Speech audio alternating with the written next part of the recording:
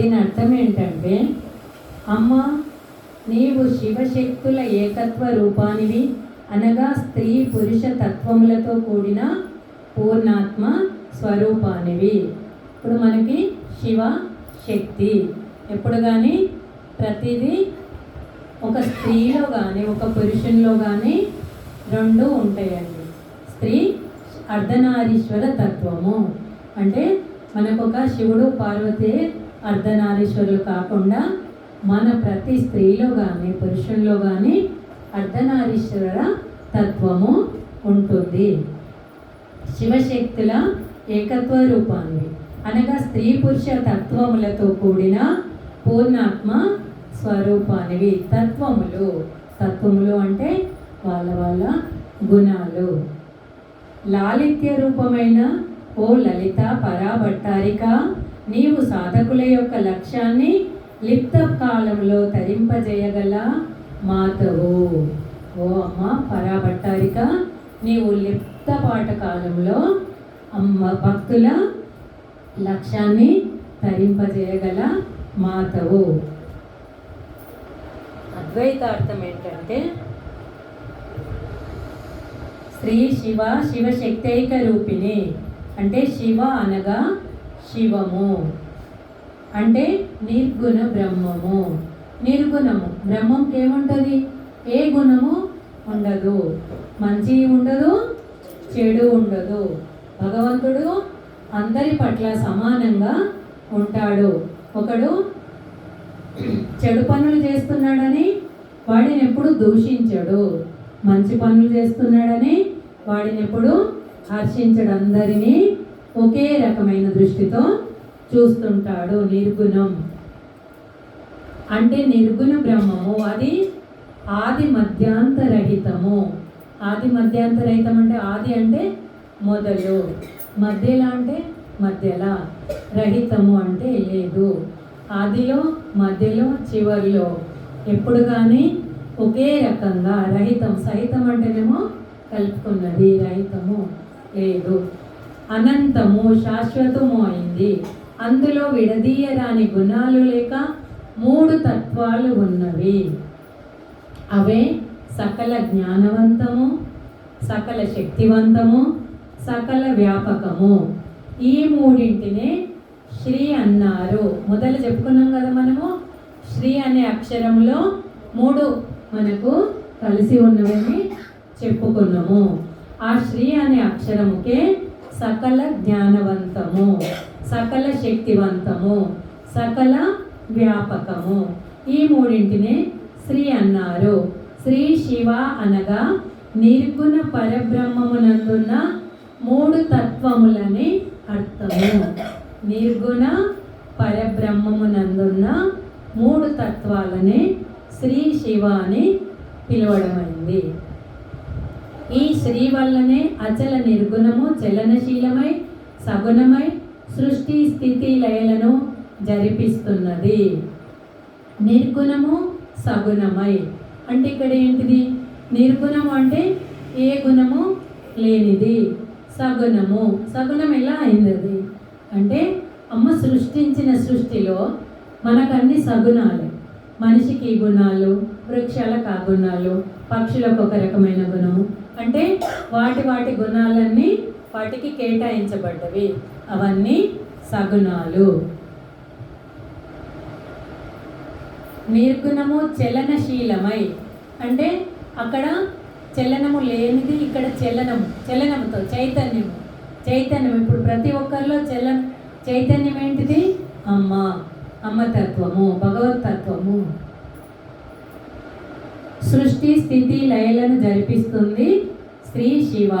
అయితే శ్రీ అనే విశ్వశక్తిని శివంలో ఒక భాగమని అనుకోరాదు. శక్తి శివం రెండు కలిసి ఒకే తత్వంగా అంటే ఇక్కడ ఏమనుకుంటాం మనము? శక్తి అనగానే శివశక్తి అనుకుంటే శివుల్లో ఒక భాగము శక్తి అని అనుకుంటాము. కానీ ఇక్కడ రెండు కలిసి ఒకే తత్వం అని చెప్పడము జరిగింది. రెండు లేవు. ఇది మనం మొదటి నుండి అద్వైతమే, ద్వైతం లేదని చెప్పుకుంటున్నాము. ఒకే తత్వంగా అంటే సగుణ నిర్గుణములు రెండు ఒకే తత్వంగా ఆదిపరాశక్తి శ్రీ శివశక్తైక రూపిణిగా విరాజిల్లుతుంది. శ్రీ శివశక్తైక రూపిణిగా విరాజిల్లుతుంది. లలితాంబిక అంటే ఇంతవరకు తెలుసుకున్న సకల అంశములతో కూడిన అనంత అద్భుత శక్తియే లలితాంబిక అనే. అంటే మనము కొంచెమే తెలుసుకున్నామంటే అమ్మవారి నామాల్లో అందులో శక్తి, రూపం, విభూతులు, తత్వాలు అవన్నీ కలిపే లలితాంబిక. ఇంతవరకు తెలుసుకున్న సకల అంశములతో కూడిన అనంత అద్భుత శక్తియే లలితాంబిక అని. సకల చరాచర విశ్వమును సృజన చేస్తున్నప్పటికీ ఎంతో లాలిత్యంగా తల్లి అయి సాగిస్తుంది కనుక లలితాంబికగా కీర్తించబడింది. శ్రీ లలితాంబ దేదీప్యమైన కాంతి ప్రకాశముతో భాసిల్లుతుంది. లలిత అనగా క్రీడ అని. సృష్టి, స్థితి, లయలను క్రీడా మాత్రంగా కొనసాగించుతున్న విశ్వమాత. ఇదంతేంటిది? ఒక ఆట అమ్మవారికి. విష్ణుమూర్తికైనా మనం అంటాం జగన్నాటక సూత్రధారి. ఇక్కడ కూడా అమ్మ ఒక క్రీడ.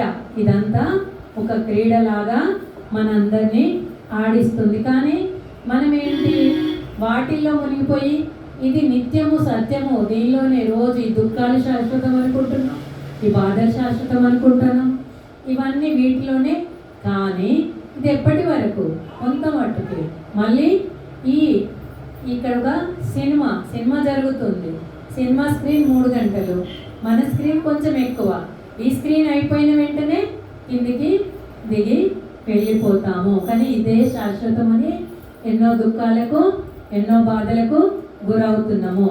ఇక్కడ అమ్మ ఆడుకునేది ఒక క్రీడ అని మాత్రమే చెప్పడము జరిగింది.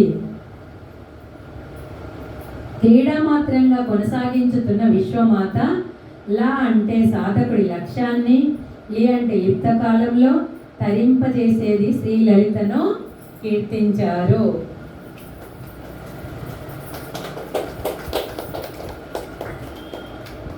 ఇదండి ఈ శ్రీ లలితా సహస్రనామ రహస్య అద్వైతామృతము. కొంచెం చెప్పుకున్నాం మనము. వ్యాస మహర్షుల వారికి, హయగ్రీవుల వారికి, అగస్త్య మహర్షి వారికి, భాస్కరరాయుల వారికి, వేదాద్రి మహర్షి వారికి 100,000 కోటి ప్రణామాలు. అఖిలాండ కోటి బ్రహ్మాండ నాయకి శ్రీ లలితా పరమేశ్వరికి ఆత్మ ప్రణామాలు.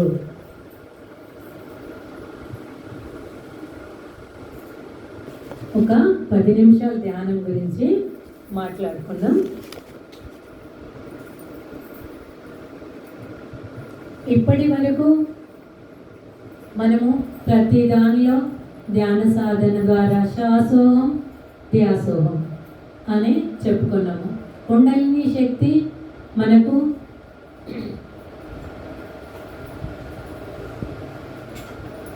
యాక్టివ్ కావాలి అంటే కేవలము ధ్యాన సాధన వలననే అని చెప్పుకుంటున్నాము.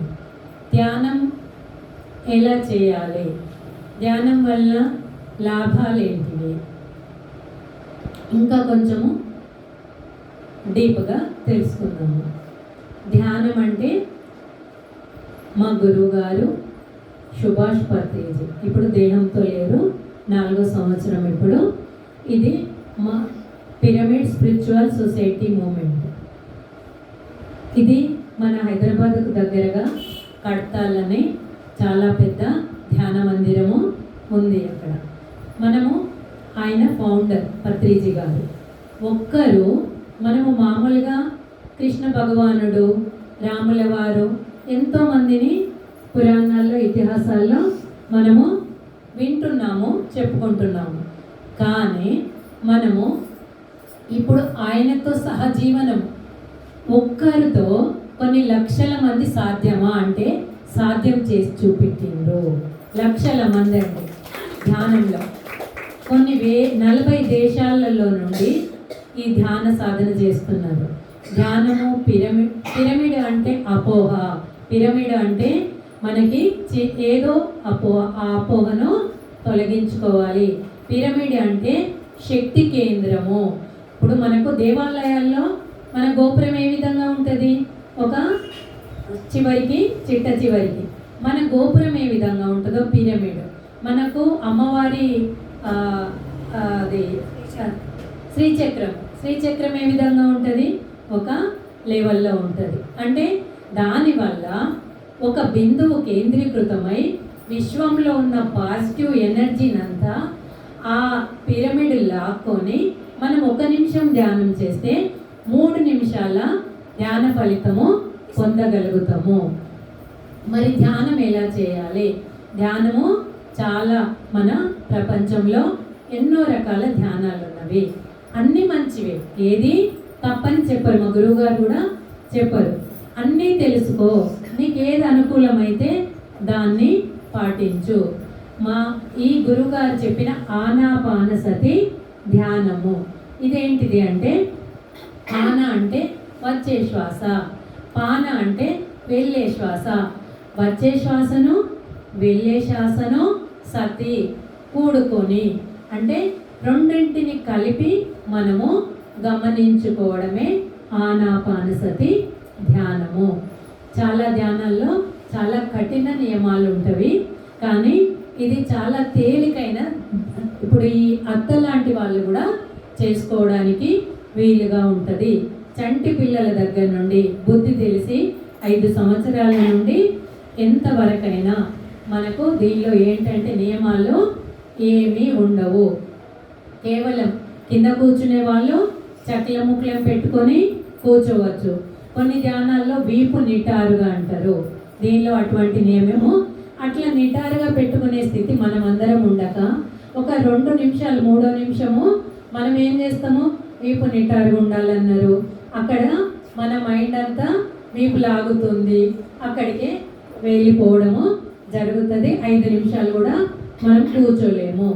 అందుకే మనకి ఇందులో పత్రిజీ గారు అలాంటి నియమాలు ఏమీ లేవు.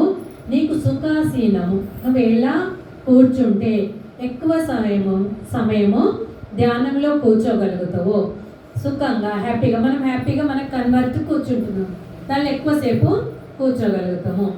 ఈ 2 కాళ్ళు కుర్చీలో కూర్చుంటే 2 కాళ్ళు మడక వేసుకోవాలి, చేతులు 2 లాక్ చేసుకోవాలి, కళ్ళు మూసుకోవాలి, కళ్ళజోడు తీసేయాలి. అంటే ఈ చేతి వేళ్ళ ద్వారా ఒక 10% శక్తి, కాళ్ళ ద్వారా ఒక 10%, కళ్ళ ద్వారా 80% మన శక్తి మన లోపలికి, మన ధ్యానం చేసిన శక్తి మన లోపల నిక్షిప్తమై ఉంటుంది. ఇప్పుడు నేను చెప్పే వరకు కళ్ళు తెరవద్దు అని చెప్తున్నాను. ఎందుకు అంటే మీరు ఎంత వీలైతే 5 నిమిషాలు చేస్తారా స్టార్టింగ్, కూర్చోండి. 10 నిమిషాల కూర్చోండి. మళ్ళీ రాను రాను రాను ఇప్పుడు మనము ఇంటి దగ్గర పెద్దవాళ్ళం అందరము సినిమాలు అవన్నీ ఏమున్నాయండి మనకి, ఇంకా ఎందుకు అవన్నీ? మనం వచ్చింది మోక్షం, మనకు కావాల్సింది హ్యాపీగా ఆనందంగా ఉండడము. ఆనందంగా అంటే భగవంతుడు పరమానంద స్వరూపుడు. మోక్షం మాట పక్కన పెట్టండి, ప్రతి ఒక్కరం హ్యాపీగా ఉండడానికి ఇష్టపడతామా లేదా? మరి ఆ హ్యాపీగా ఉండాలంటే ఏం కావాలి? ఆలోచనలు ఉండొద్దు. ఆలోచనలు ఉండొద్దు అంటే మనం ఇక్కడున్న 100 ఆలోచనలు బుర్రలో తిరుగుతూనే ఉంటాయి. ఏదున్నా పూజ చేయని, పడుకొని, తినని, ఏదైనా కానీ మరి ఆ ఆలోచనలన్నీ లేని స్థితికి చేరేదే ఈ ధ్యాన సాధన. మోక్షాన్ని తర్వాత చూద్దాం, అది కూడా చెప్తాను. కళ్ళు మూసుకొని అలా ప్రాక్టీస్ చేయండి. ఇంటి దగ్గర మనము ఒక తిన్న తర్వాత మాత్రము, పొట్ట నిండా తిన్న తర్వాత మాత్రము కొంచెము టైం తీసుకోవాలి. స్నానం చేయమని లేదు, స్నానం చేయొద్దు, అది మన ఫ్రెష్నెస్ కోసం మనకు అట్లా చేయవచ్చు. మనకి కొంచెం తినేటప్పుడు ఒక 3 వంతులు తినైనా కూడా చేసుకోవచ్చు. దీనివల్ల ఎన్నో లాభాలు ఉన్నవి. మళ్ళీ నెక్స్ట్ క్లాస్లో ధ్యానం గురించి, దానిలో ఆలోచనలు కూడా గురించి ఇప్పుడు కొంచెం చెప్తాను. మళ్ళీ చెప్పినప్పుడు ఎక్కువ సమయం తీసుకోవడం జరుగుతుంది. ధ్యానంలో కూర్చోమని చెప్పుదాం జరుగుతుంది. ధ్యానంలో ఎప్పుడైతే కళ్ళు మూసుకొని కూర్చుంటామో, కూర్చున్న తక్షణము కళ్ళు తెరుచున్నప్పటికన్నా కళ్ళు మూసుకుంటే ఎక్కువ ఆలోచనలు తేనె తీగల్లాగా మనకి ముసురుతుంటవి. మరి ఎలా సాధ్యం? మరి ధ్యానం ఎలా చేయడము అంటే మనకి 3 కాలాలు ఉంటాయండి. భూతకాలము, వర్తమాన కాలము, భవిష్యత్తు కాలము.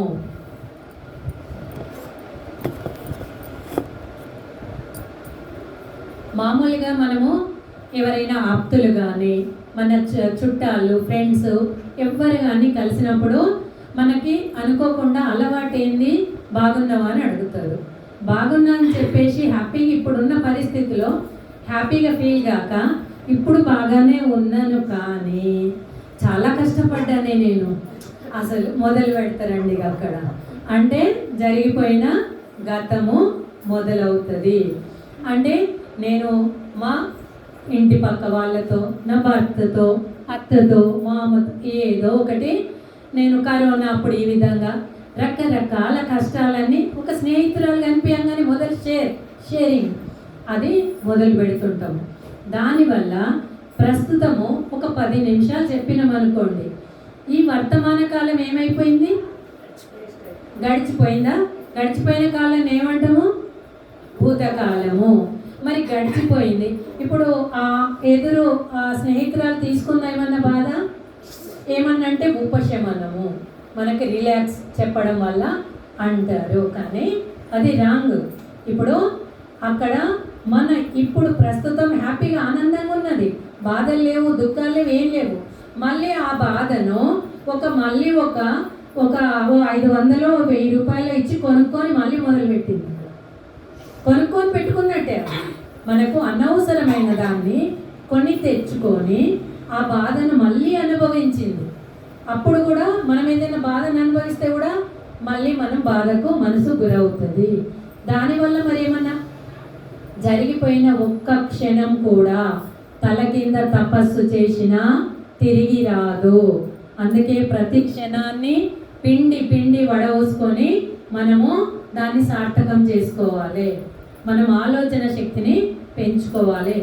ఇప్పుడు గతాన్ని ఈ విధంగా, ఇప్పుడు ధ్యానంలో కూర్చుంటే ఆలోచనలు వస్తాయి అన్నాం. ఈ గతంలో జరిగిపోయింది.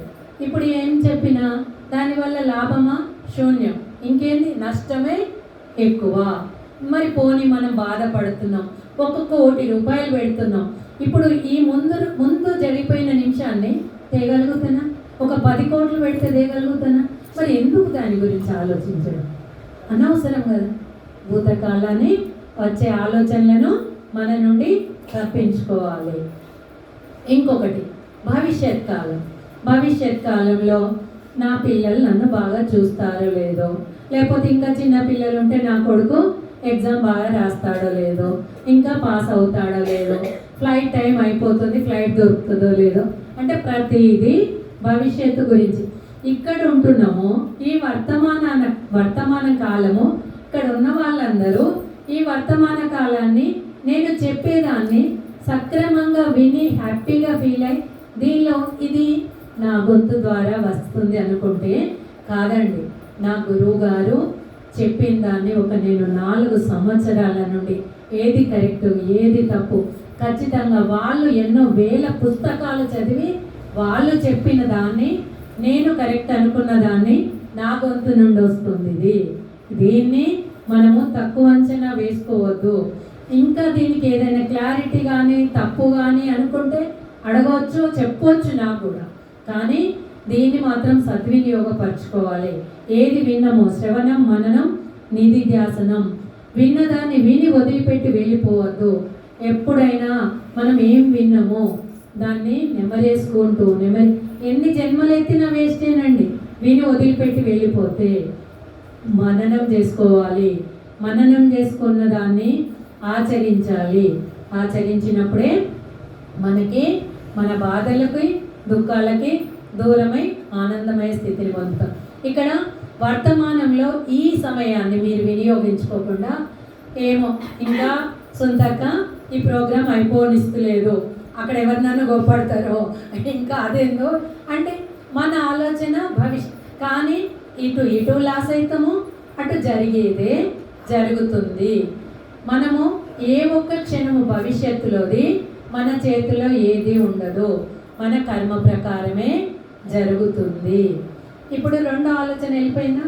భవిష్యత్తులో నీకేమన్నా ఆలోచనలు వస్తాయి. భవిష్యత్తు ఆలోచనలు ఎట్లా తీసేసుకోవాలి? జరిగేదే జరుగుతుంది, కర్మ ప్రకారమే జరుగుతుంది. పత్రిజీ గారు ఏం చెప్పిండ్రు? యాక్సెప్ట్ యాక్సెప్ట్ యాక్సెప్ట్, ప్రతిదాన్ని యాక్సెప్ట్. మన కర్మ మనకు జరుగుతుంది, సరే దాన్ని బాధపడకుండా ఎలా తీసుకోవాలి మనము, అది ఇంకా నేర్చుకునే సబ్జెక్ట్ చాలా ఉంది. కర్మ అయినప్పటికీ మనము బాధకు లోను కాకుండా ఏ విధంగా దాన్ని తీసుకోవాలి అన్నది వర్తమాన కాలము. ఈ వర్తమాన కాలాన్ని మనము వినియోగించుకోవాలి. వర్తమాన కాలాన్ని వినియోగించుకోకుంటే, ఏ వర్తమాన కాలాన్ని వినియోగించుకోకుండా మనము సమయం అంతా బూడిదలో పోసిన పన్నీరే. ఎక్కడున్నామో వంట చేస్తున్నాము, వంట చేసేటప్పుడు మన మైండ్ అంతా ఏదో హడావుడిగా భూతకాలమో భవిష్యత్ కాలంకో వెళ్ళిపోతే ఆ వంట 5 నిమిషాలు అయ్యేది 2 గంటలు అవుతుంది.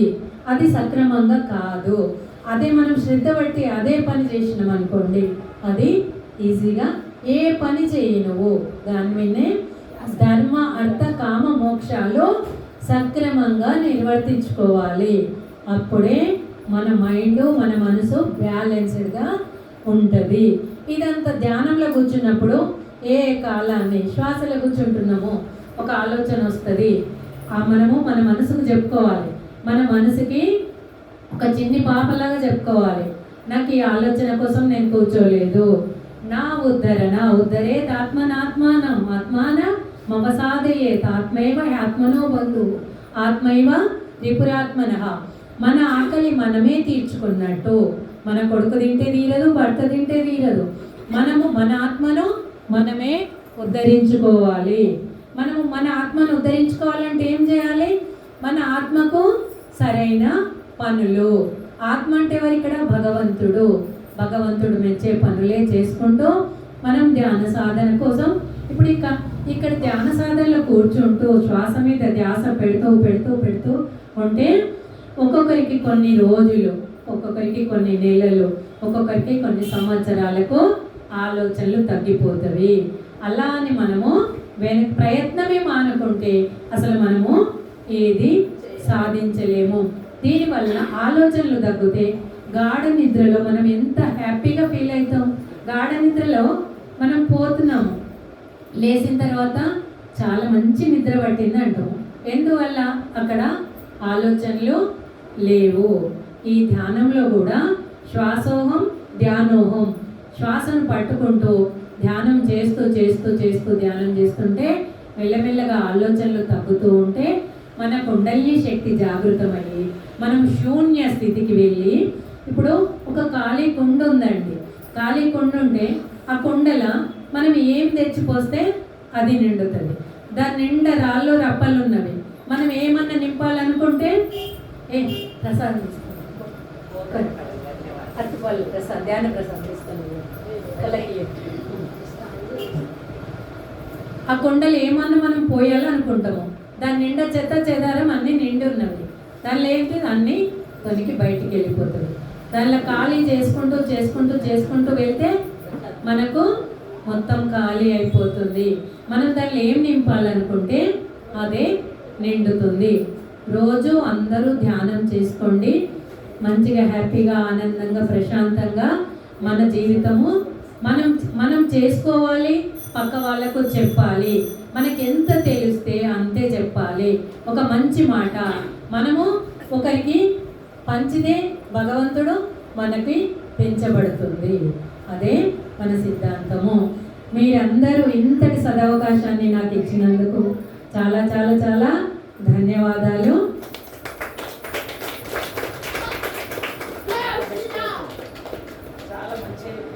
థ్యాంక్ యూ అక్క. అంటే తర్వాత వచ్చిన నేను ఫస్ట్ మిస్ అయినా అనుకుంటున్నాను.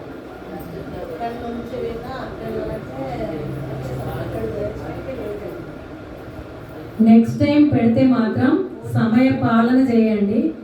ఇప్పుడు ఏంటి 4 గంటలకు మొదలు పెట్టాము, మనకి ఎంత ఒక గంట ముప్పావు దొరికింది సాంగత్యం, సత్సాంగత్యం.